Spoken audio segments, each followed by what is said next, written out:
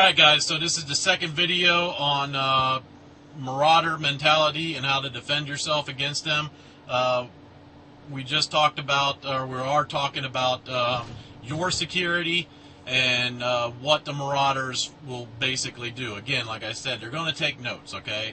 They're going to take notes of the timing too, of how long it takes your security guy to go around the perimeter, alright? They're going to look for weaknesses in your system, okay?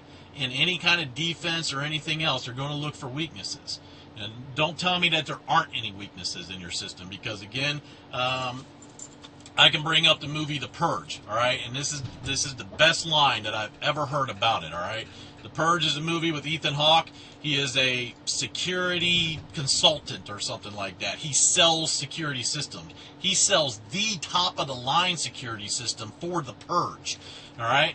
I mean, I'm talking freaking bulletproof shutters that slam down, okay, and freaking a door that comes, and the only thing that you can do is see out through it.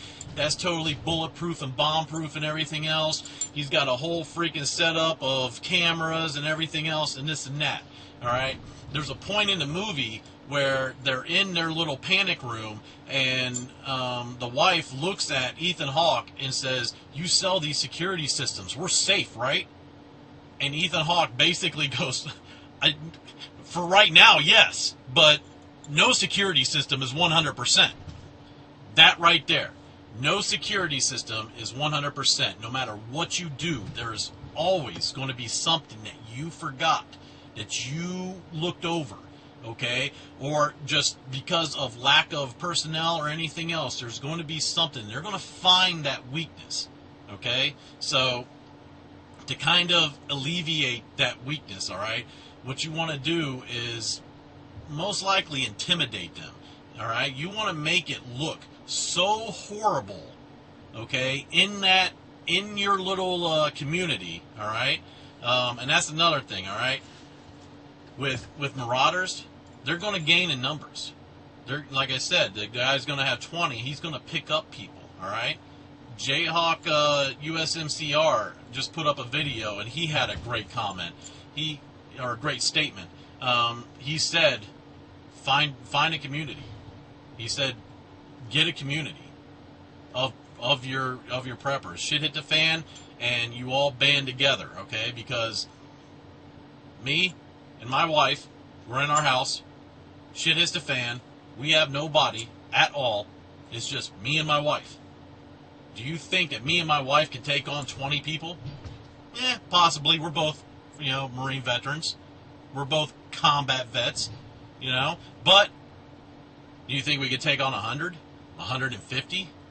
I mean, all they would have to do is bum rush. Yeah, sure, the first few will die, but then they'll eventually get to me because I have to reload her to get to my wife.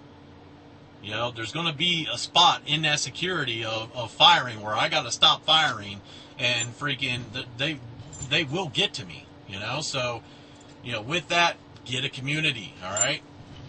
The more people that you have, the less likely these marauders are going to attack you, all right? Force in numbers, all right? If you have as many people as they do, they might second think and go off to another place that's easier than your place, okay? And that's the name of the game, too. Marauders aren't looking for a fight. They aren't looking for something that is going to take so long to get to. They're looking for the easy score. Let's take these people out because they have a lot of food and water, and it's just 2 of them. This people over here, they have a whole community, all right? Now, with that being said, inside your community, all right, you want to make it look like you're freaking loaded down with so many weapon systems, all right? What I mean by that, all right, there's actual military tactics based on illusion, all right? It's the oldest trick in the book, all right? But it works, all right? You've got freaking a recon group out there looking, okay, and they're taking numbers down and everything else, okay? And they see a guy with an AK-47. They mark AK-47. Now, you in that community may only have one AK-47. But what you do is you walk inside and you hand that AK-47 off to another guy. You go inside to where they can't see you, and you hand the AK-47 off to another guy. That guy walks out with an AK-47. Again, you only have one, but now they mark down that you have two. They see an AR-15. You may only have one. When you go inside and another guy walks out with an AR-15, they mark down two. You just doubled the firepower that you have as far as they're concerned. You see what I'm saying? I mean, this kind of setup has been used in the Alamo. The Alamo did exactly this. They only had a certain amount of cannons, but what they did is they'd load all the cannons, they'd fire one, and they'd immediately push it down to the other side. I mean, it was literally, here are the cannons, all right? They'd fire this one would go down to here. They'd fire this one, and then another one, and then this one, and then this one, but then all of a sudden, because they were reloading all of these, they would fire even more. So what looked like, all they had was 4 cannons, okay, but to the enemy it looked like they had 8 cannons, all right? They doubled what the enemy thought they had, okay? So it works, because that right there, that tactic was able to hold off Santa Ana for a pretty long time, all right? Yeah, eventually the Alamo fell, I'm sorry, okay? I mean, again, nothing's perfect, but for the longest time, Santa Ana thought that they had a shitload of fucking firepower. All right, some other illusion tactics that you can do, all right, to deter these marauders, all right? You can actually build makeshift cardboard weapon systems like a 50 cal or a World War II machine gun or whatever, okay? Even a freaking rocket launcher out of tubes of cardboard in the right paint. And again, from far away, you know, a marauder's looking through freaking binoculars, and he's taking notes, and he's like, okay, dude, they got a rocket launcher, and up on top of the house, they've got sandbags and what I see a barrel of a really big fucking gun. All right? Again, they take these notes, and they're like, these guys are fucking not joking around. Again, at that time, maybe they decide, you know what? We're going to go down the road and see if we can find something that's a little bit easier to take care of. Again, it's the illusion. You know that that machine gun nest doesn't have a damn thing in it, okay? Except for a guy with his rifle, okay, but he's sitting next to what looks like from far away a heavy machine gun, a 240 Golf, whatever, okay?